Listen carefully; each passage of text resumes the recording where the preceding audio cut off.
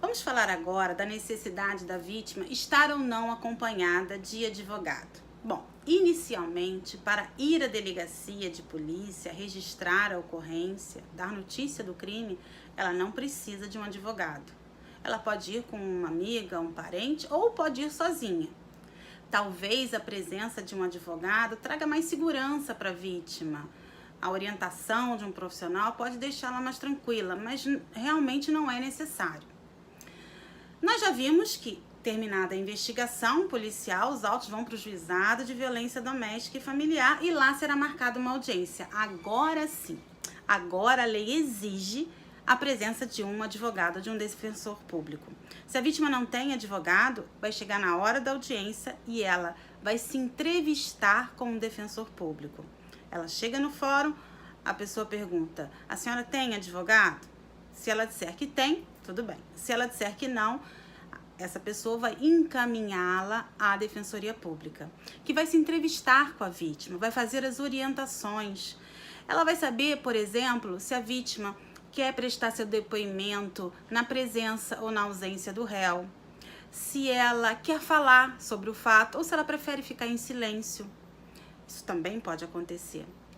Ela vai explicar para a vítima, a Defensoria Pública vai explicar como acontece a audiência, vai tranquilizar a vítima, vai conversar com ela. É o momento que a vítima tem de tirar suas dúvidas sobre o processo, sobre a audiência. Tudo isso vai ser feito com o defensor público ou com seu advogado.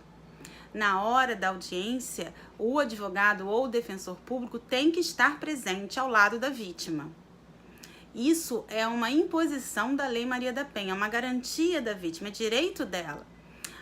E se eu chegar no juizado e não tiver um defensor público, eu tô sem advogado, não tenho dinheiro para contratar e não me deram um defensor público? Então você peça um defensor público na hora da audiência. Vai dizer: cadê o defensor público para me acompanhar? A lei diz que eu posso ter um defensor e eu quero ter um defensor público.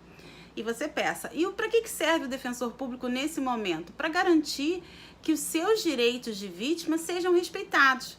Você está ali naquela audiência como vítima. Você não é rédea de nenhum processo. Você não pode ser culpada por nada que aconteceu.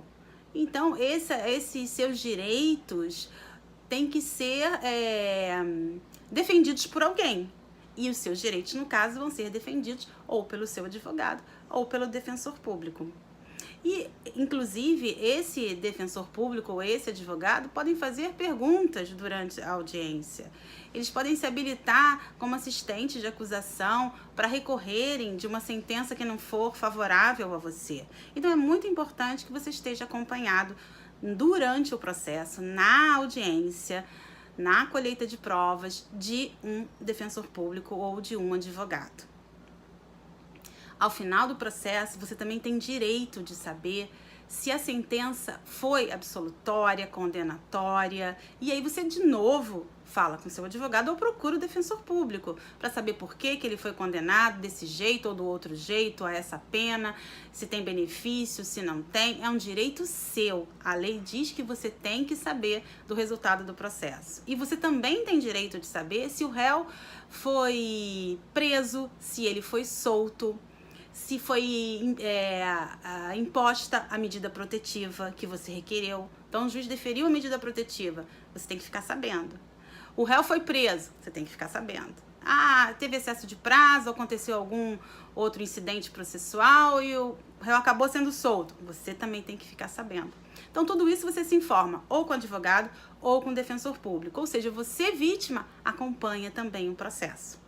Então, na fase da delegacia, não é necessário. Pode ir com o advogado, mas não é necessário.